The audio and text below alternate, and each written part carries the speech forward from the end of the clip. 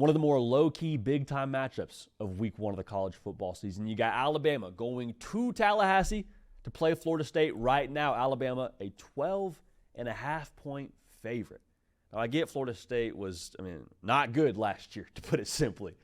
12.5? 12.5 at the crib?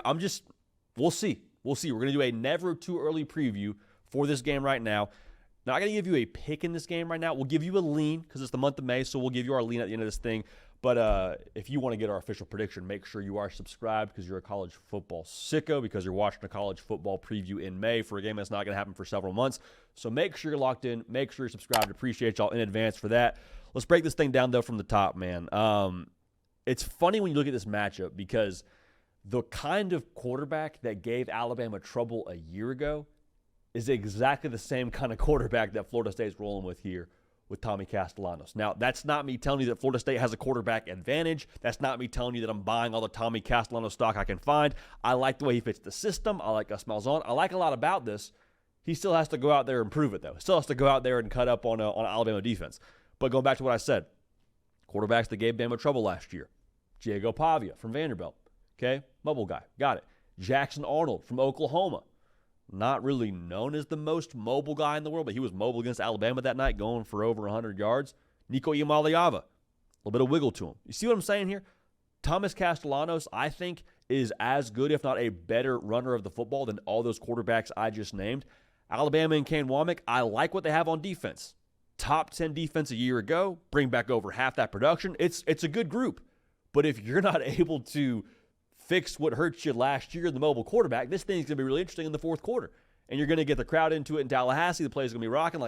All I'm saying is, did you fix that issue? Because if you didn't, you got an experienced coordinator in Gus Malzahn who is going to give you fits all day long. So that's one thing to watch here. Bama's addressing of the mobile quarterback is going to be a huge part of this thing. Now, the other part of this thing for Bama, do they even have a quarterback? I think it's going to be Ty Simpson. I think most people in Tuscaloosa think it's going to be Ty Simpson. But if you do not have a quarterback in this game that can actually maximize what you have on the perimeter, and a Ryan Williams, Isaiah Horton, you know the names, we've said the names a few times. If you don't have a quarterback that can actually maximize your talent advantage on this roster, it's going to get really interesting.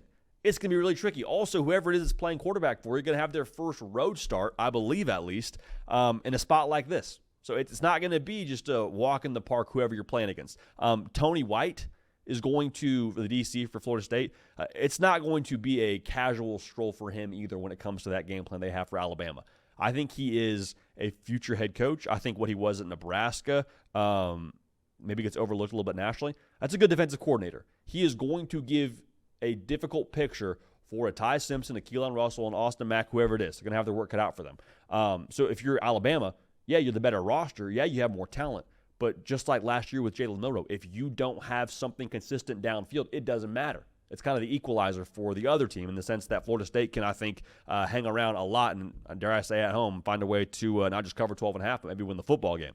So for Florida State, I think if you're feeling concerned at this point in the year, I think your most major concern about this actual matchup probably comes to the idea of, well, what if Bama gets up 10-0? What if Bama gets up, dare I say, 14-0?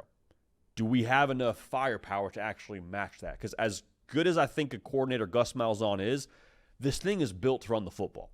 This thing is built to run it 60% of the time, involve your quarterback, get downhill, stay ahead of the sticks, throw some outlet passes, but for the most part, this is built to play at your pace. Think ping pong as opposed to trying to win a basketball game and go score 80 while they're trying to match you. It's not that kind of a game. For Florida State, I don't think you need to have Tommy Castellanos go for 300 yards. What I think you need to have is him be timely. All right, so a big part of this will be answering scores. Alabama drives on the field, gets their 7.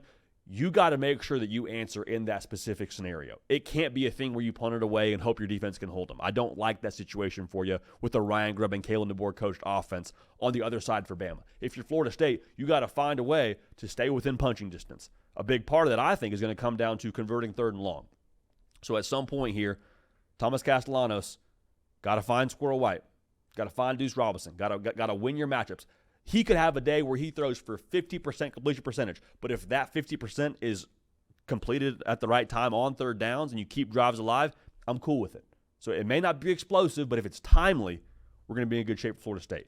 So the vibes on this side are immaculate. The vibes, I should say this, the stakes for the vibes on either side is intense. It could be immaculate for Alabama. You go on the road and get a win over a P4 team in Florida State and kind of impose your will with the new quarterback. Okay, now we're rolling.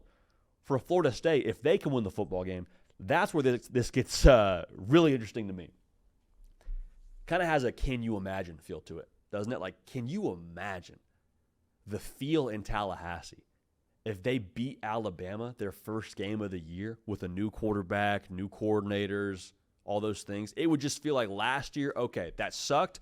Flush it, dry erase board. We're on to a new year. This is a new Florida State team.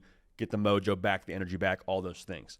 On the flip side, if Alabama loses to a team that won 2 ball games a year ago, and they're already upset about not making the playoff in Kalen DeBoer's first year, can you imagine I don't want to say hot seat because that's not true. That's not the way it would be. But the intensity from that fan base for this team to go handle business the rest of the way, for this team to really pick it up going forward, there would be a lot of frustration.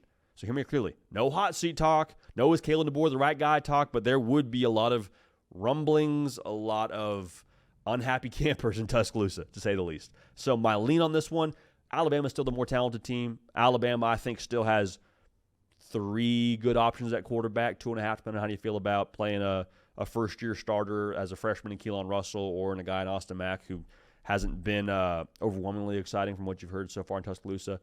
I still lean Alabama, not saying much with the spread, but we'll give you our official pick here when this thing gets closer. So make sure you're locked in. Make sure you're subscribed in the comment section. After subscribing, let me know your final score prediction for Bama Florida State here for week 1. I can't wait. I know y'all can't wait either. We appreciate y'all. We love y'all. We're going to keep this party rolling, and we will see y'all next time.